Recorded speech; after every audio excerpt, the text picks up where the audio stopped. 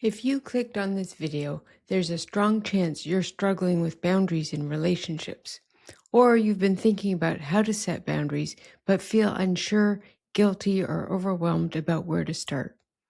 Make sure to watch the entire video because I will be adding a special bonus exercise at the end designed to help you start setting healthy boundaries in all your relationships. Today, we're doing Boundaries 101 with a focus on what happens when you finally put yourself first. Let me be clear from the very start. Putting yourself first is not selfish. Setting boundaries does not mean you don't care. Healthy boundaries are not about pushing people away. They are about protecting your emotional health, your energy, your self-worth, and your nervous system. Many people, especially people who struggle with people-pleasing, codependency, emotional overextending, or childhood trauma, were never taught how to set healthy boundaries. Instead, they learn to put others first, manage other people's emotions, avoid conflict, prioritize harmony over honesty. Can you relate to any of those? I sure can. If boundaries feel uncomfortable for you, that doesn't mean you're doing them wrong. It often means you're doing something new. What are boundaries and what they are not? One of the biggest misunderstandings about boundaries is that they are about controlling other people. They are not. Boundaries are not about changing someone else's behavior. Boundaries are about what you will tolerate, what you will participate in, and how you will take care of yourself when something doesn't feel healthy, respectful, or emotionally safe. A boundary is an internal decision first. It's you saying, this is what I'm available for. This is what I'm not available for. This is what I will do if this continues. For example, you could say, you need to stop talking to me that way. Or you could say, if I'm spoken to that way, I'm going to end the conversation. This is the foundation of healthy emotional boundaries. You are not controlling, you are choosing. This is one of the most important shifts for people who struggle with codependency and people-pleasing. Why putting yourself first feels so hard. For many people, difficulty with boundaries started in childhood. If you grew up in a home where you had to be the good one, had to manage a parent's mood, learn to walk on eggshells, or your emotions were minimized, love felt conditional, conflict felt dangerous, you may have learned that your needs came second, feelings were inconvenient, or keeping others comfortable kept you safe. Putting yourself first now can trigger deep emotional responses. You may feel fear of rejection, being seen as selfish, being abandoned, or guilty and or anxious. This is why boundary setting is not just a communication skill. It's a healing process of an old trauma pattern or survival strategy that worked in the past but is now harming you. Your nervous system learned, if I take up space, something bad might happen. When you set a boundary today, your body may react as if you're in danger, even when you're doing something healthy. I worked with a client. I'll call her Lisa. Lisa was emotionally exhausted. She was the person everyone leaned on, the emotional support, the crisis manager, the helper. She struggled with resentment in relationships, burnout, emotional exhaustion, feeling invisible. When I asked her what she needed, she said, I don't even know anymore. I just know I'm tired. Lisa had learned that love meant self-sacrifice. When she started practicing boundaries, she felt intense guilt. She said, I feel like a bad person for saying no. This is extremely common for people who struggle with people-pleasing and emotional overextending. She started with small boundaries, not answering texts immediately, saying, let me think about that, leaving social situations earlier. What happened? Some people adjusted, some people respected it, some people pushed back. And this is important. Boundaries don't just change you. They reveal the true emotional dynamics in your relationships. What really happens when you set boundaries? When you finally put yourself first, several things often happen. Some people respect your boundaries. Some people barely notice. Some people feel uncomfortable. Some people resist or push back. Why? Because your old lack of boundaries was part of a system.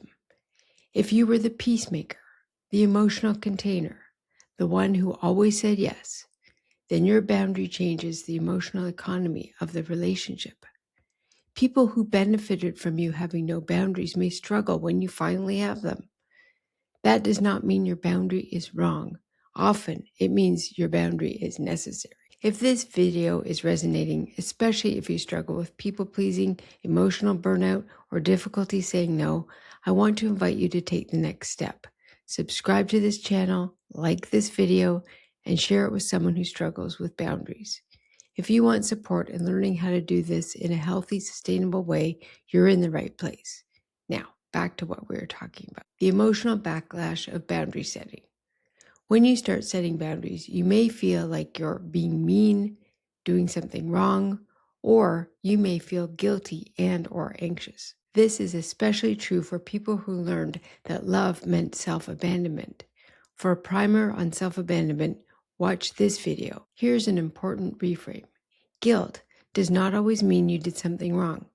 I often tell my clients, just because you feel guilty doesn't mean you are guilty. Sometimes guilt simply means I broke a pattern that once kept me safe.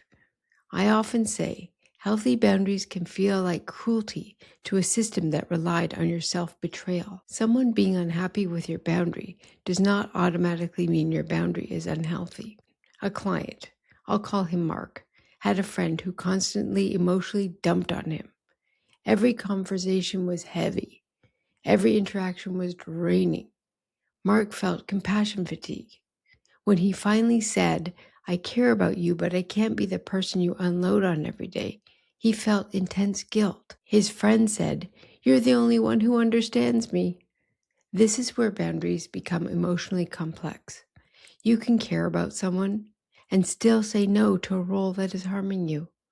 Compassion without boundaries becomes self-betrayal, what putting yourself first creates. When boundaries are practiced consistently, they often create less resentment in relationships, more authenticity, better emotional safety, stronger self-respect, less burnout, healthier communication. You stop living from obligation. You start living from alignment. You stop asking, what do they need from me? And start asking, what do I need to be okay here? That shift changes everything. Here's the bonus exercise I was telling you about. How to set boundaries in relationships. Practical step-by-step practice. Before we close today, I want to give you a practical boundary setting exercise you can do right now. Because understanding boundaries intellectually is one thing. Practicing how to set boundaries in real relationships, especially if you struggle with people-pleasing, guilt, or emotional overextending, is where real change happens. This is a gentle, trauma-aware way to start setting healthy boundaries without becoming harsh or disconnected. If you're in a place where it feels safe, I invite you to slow down with me for just a few minutes. This is about learning how to put yourself first in relationships in a way that supports your nervous system and your self-worth. Step 1. Identify where you feel drained or overextended. Think of one relationship or situation where you often feel emotionally drained, overextended, resentful, obligated, or like you're giving more than you truly want to give. This might be with a partner, a family member, a friend, a coworker, or even a long-term pattern in multiple relationships. Don't pick the most overwhelming situation in your life. Just a real, everyday place where you notice emotional exhaustion or burnout starting to build. As you think about it, notice what happens in your body. Do you feel tightness, heaviness, a knot in your stomach, a sense of pressure or responsibility? Your body often signals where a boundary in a relationship is needed, even before your mind does. Step 2, name your real need, not what you should need. Now, gently ask yourself, what do I need in order to feel more okay in this relationship or situation? Not what they need, not what feels fair, not what you think you should be able to handle, but what you truly need to feel emotionally safe and regulated. It might be more space, less contact, more notice, clearer communication, less emotional intensity, permission to say no, or more time to yourself. This is about reconnecting with your emotional needs, which is a huge part of healing people-pleasing and codependent patterns. Step 3, turn your need into a simple boundary statement. Now, take that need and turn it into a simple, respectful boundary. Here are examples you can model. I need to take a break from this conversation when it gets intense. I'm not available for late night calls anymore. I need more notice before making plans. I can listen for 10 minutes and then I need to take care of myself. I'm not able to talk about this right now. These are examples of healthy emotional boundaries. Notice, you are not attacking, you are not blaming, you are not over-explaining. You are simply stating what you need to stay well. This is what it looks like to put yourself first in a relationship. Step 4, practice saying your boundary out loud. If you can, say your boundary out loud, even quietly to yourself. This helps your nervous system get used to the experience of saying no or asserting a limit. Notice what comes up. Do you feel guilty, anxious, self-conscious, relieved? Is there fear of conflict?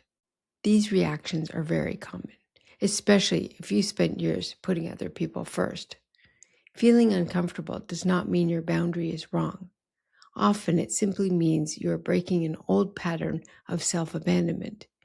Here's another video on self-abandonment to check out if you're a highly sensitive person. Step 5, visualize following through. This is one of the most important parts of boundary work. A boundary is only effective if you are willing to protect it. So gently imagine if the other person pushes back, if they minimize your needs, if they try to guilt you. What would you do? Would you repeat your boundary, end the conversation, delay your response, take space? This is where boundaries become self-respect in action, not controlling the other person, but choosing to protect your own emotional safety. I want you to hear this. Every time you practice a boundary, even imperfectly, you are teaching your nervous system that you matter. You are teaching yourself, I don't have to disappear to be loved. I don't have to emotionally exhaust myself to stay connected. I am allowed to have needs in relationships. I am allowed to protect my energy. This is how people-pleasing and self-abandonment patterns begin to heal. Not all at once, but one boundary at a time. If this exercise brought up emotion for you, that's completely normal. Boundaries are not just communication tools. They are deeply connected to self-worth, attachment patterns, trauma history, and how safe you learned it was to take up space. You don't have to set every boundary today, but you can start by noticing where you feel drained, where you feel resentful, where you feel invisible. Those are often the places where a healthy boundary is asking to be set. Putting yourself first is not selfish. It is how you create healthier, more honest, more sustainable relationships. I want to leave you with this. If you were taught that your job was to keep everyone else comfortable, it will feel revolutionary to finally include yourself. But you are allowed to have needs. You are allowed to say no. You are allowed to protect your energy. You are allowed to put yourself first. Putting yourself first is not the end of love. For many people, it is the beginning of healthier, more honest, more sustainable relationships, including the relationship you have with yourself. If this video helped you, please let me know in the comments. What is one boundary you're thinking about setting? Thank you for being here, and I'll see you in the next compassionate conversation.